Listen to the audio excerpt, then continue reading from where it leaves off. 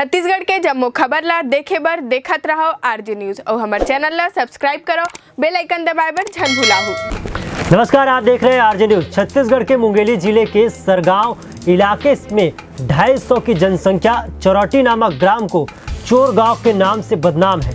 इस गांव को यूं ही नहीं लोग चोर नाम से जाना जाता है, बल्कि यहाँ के लोग चोरी, लूट, नकबबाजी जैसे अपराधों में 1959 से लिप्त रहे हैं। शिक्षा विहीन और जिला मुख्यालय व थाना से दूरी होने की वजह से यहाँ के लोग अपराध के दलदल में फंसते गए। आने जाने के लिए रास्ता नहीं होने से टापू में तब्दील यह गांव देखते ही देखते समाज की मुख्य धारा से विमुख होते गए। यही वजह है कि 60-70 सालों से आपराधिक गतिविधियों में संलिप्त यहाँ के लोगों का कारनामा मुंगेली जिले तक सीमित न रहकर आसपास के दर्जन भर जिलों में दर्ज है। ऐसा नहीं है कि यहाँ के लोग पढ़े लिखे नहीं हैं, शिक्षित होने के बावजूद पीढ़ियों का असर परंपरा के रूप में पड़ता गया और युवा वर्ग भी अपराध के दलदल में फंसते गए।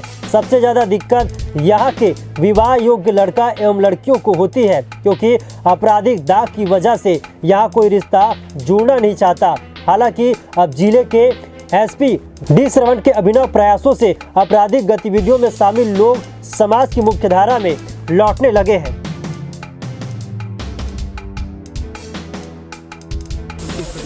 जैसे कि हम लोग यहाँ से पढ़ने के लिए स्कूल जाते थे, तो हम लोग के मतलब जहाँ स्कूल हम लोग पढ़ाई करते थे, तो ना वहाँ के लोग बोलते थे कि इन लोग चोर गांव के हैं, इन लोग को यहाँ नहीं पढ़ना चाहिए, इन लोग अच्छे नहीं हैं, इन लोग गंदे हैं, ऐसे करके बोलते थे। और मतलब शादी की बात करो तो हम लोग के यहाँ की लड़कियाँ को ना मतलब ले जाते नहीं थे कि चोरी करते हैं वहाँ के लोग, ऐसे करके। और ना लड़कियाँ मतलब लड़कियाँ भी नहीं देती थी, मतलब पुलिस वाले सहयोग कर रहे हैं और मैडम भी और बहुत सारे अधिकारी हैं। इन लोग के सहयोग से अब इस गांव में सुधार आएगा तो आगे फायदा होगा हम लोग का। मुंगेली जिले में जो चिरौटी गांव है, इसके बारे में पुलिस अधीक्षक महोदय से चर्चा हुई थी। उसके पश्चात उनके नेतृत्व में ही हमारी पूरी पुलिस की टीम और अन्य विभाग की टीम 11 तारीख को आई थी और हमने ये देखा कि ये गांव भी एक सामान्य गांव की तरह ही है। पहले जो भी इशू था होगा उस तरह की स्थिति नहीं है, सभी लोग मुख्य धारा से जुड़ना चाह रहे हैं।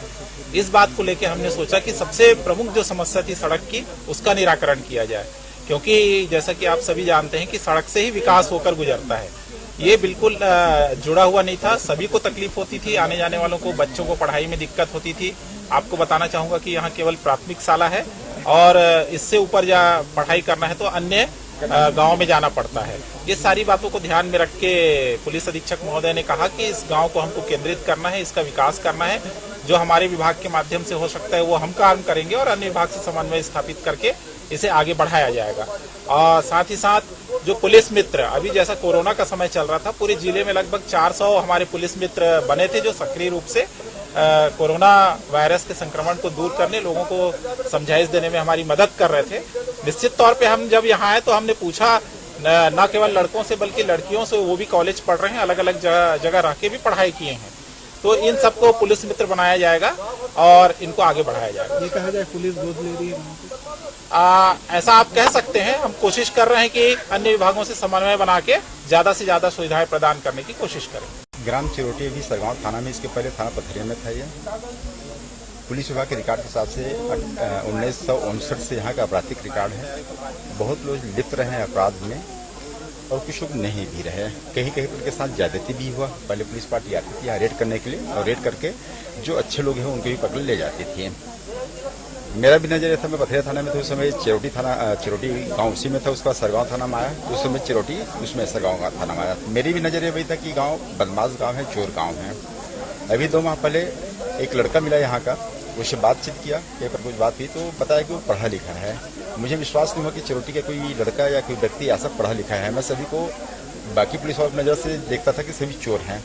तब मुझे लगा कि इस गांव में कुछ पहल किया जा सकता है। उसके बाद इस गांव में आया मैं, लड़कियों से बात कर, मुझे उम्मीद, जो नई पीढ़ी है, युवा पीढ़ी है, लड़के लड़कियां हैं शिक्षित, उनसे उम्मीद जगी। उनसे बात किया, सभी तैयार हुए मेरा साथ देने के लिए। और उसके बाद में उनको प्रेरित करना शुरू किया, तो अपने घर वालों को, माता पिता को प्रेरित किया कि हमको इस दलदल से या इस गंदगी से बाहर निकलना है। हमारा जो गांव बदनाम गांव के नाम से प्रसिद्ध है आसपास में, हमको अपने गांव को ठीक करना है करके। और उस चीज़ में मुझे यहाँ के जो लड़के लड़कियाँ हैं, उनके साथ में उनके माता पिता हैं, जो महिलाएं हैं, बुजुर्ग हैं, उन लोग भी आश्वासन दिए हम साथ देंगे। इसे मैं लगातार अभी 2 माह तक इसमें प्रयास करते रहा और मुझे उसमें लगभग 60% सफलता मिली है, 60-70%। 2-4 परिवार है यहाँ जो यहाँ नहीं रहते, बाहर में रहते हैं और बाहर में रह के अपराध करते हैं, लेकिन बदनामी गाँव होता है।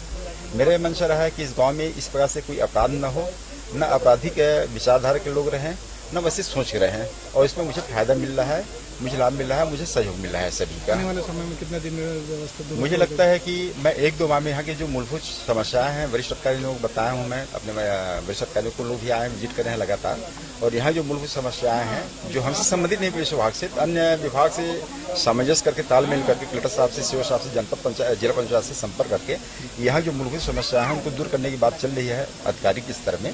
और जहाँ ये होगा, दूसरी यहाँ की महिलाओं के लिए अपने कर रहे हैं कि आत्मनिर्भर हों, शिक्षित हों, उस दिशा में काम कर रहे हैं। और मुझे लगता है कि 1-2 माह के अंदर में यहाँ की महिलाएं हैं, यहाँ के पुरुष हैं, ये जो अपराध में लिप्त थे लगभग खत्म हो गए।